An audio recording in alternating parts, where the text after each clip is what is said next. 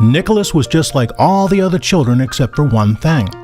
He could not use his legs. He could not walk, run, or jump. Everything else was the same, but when the children played outside, they played without Nicholas. His dad made a sled for him so that he could finally join them.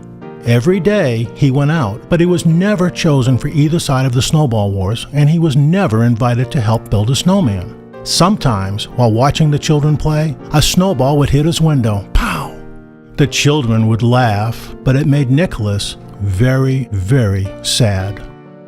Nicholas learned how to make things by helping his dad. He started making toys. One day he had a great idea. If a child had a birthday, he would leave a toy at their front door the night before. Seeing the children so happy made Nicholas feel very good. Soon his only wish was to make children happy.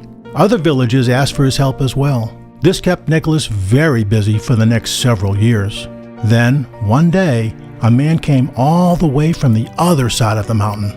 He told Nicholas about Christina. She was unable to hear. Children teased her and made fun of her. She had very few friends. She was ill with a fever, but her dad knew that a beautiful doll would help make her feel better. Nicholas, of course, promised she would have her doll when she woke up on her birthday. He worked day and night to make the most beautiful doll ever, just in time.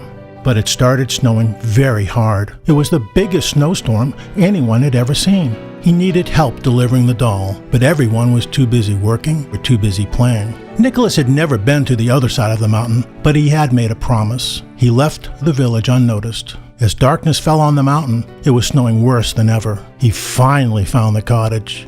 He placed the doll at the front door and headed home. He was getting very, very tired, and he was getting very, very cold. When he reached the top of the mountain, he knew the worst was over, but he took the wrong path down the mountain. His sled went faster and faster as the cold snow stung his face and the trees raced by him.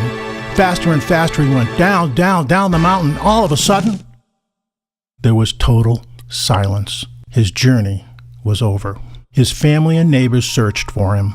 Nearly everyone on the mountain joined the search. They never found him. They knew they had lost someone very special. What they did not know, however, was what a wonderful thing had happened to Nicholas. After the silence, there was a beautiful light full of all the love and the happiest thoughts anyone could possibly imagine. It was then that Nicholas realized he was on his own 2 feet. No crutches, no sled, just his very own 2 feet. Then he heard an angel's voice. He was told that he was special because he possessed the gift of love, always giving, always loving, no matter what. He was then reminded of another special child. That child's birthday was known as Christmas. In order for that birthday to be remembered forever and always, the boy's wish to make children happy was granted. He was told, travel the world every year on the night before Christmas and leave a gift of love for every girl and boy. This will remind the children of the child's birthday, and it will make all the children happy. Nicholas asked, how can I deliver all those gifts in just one night? The answer was simple. He was given the gift of time. He was told, take as much time as you need. It will still be the night before Christmas. Remember, all things are possible if you believe. Well, Nicholas did believe, and the boy with the wish became known as Saint Nicholas.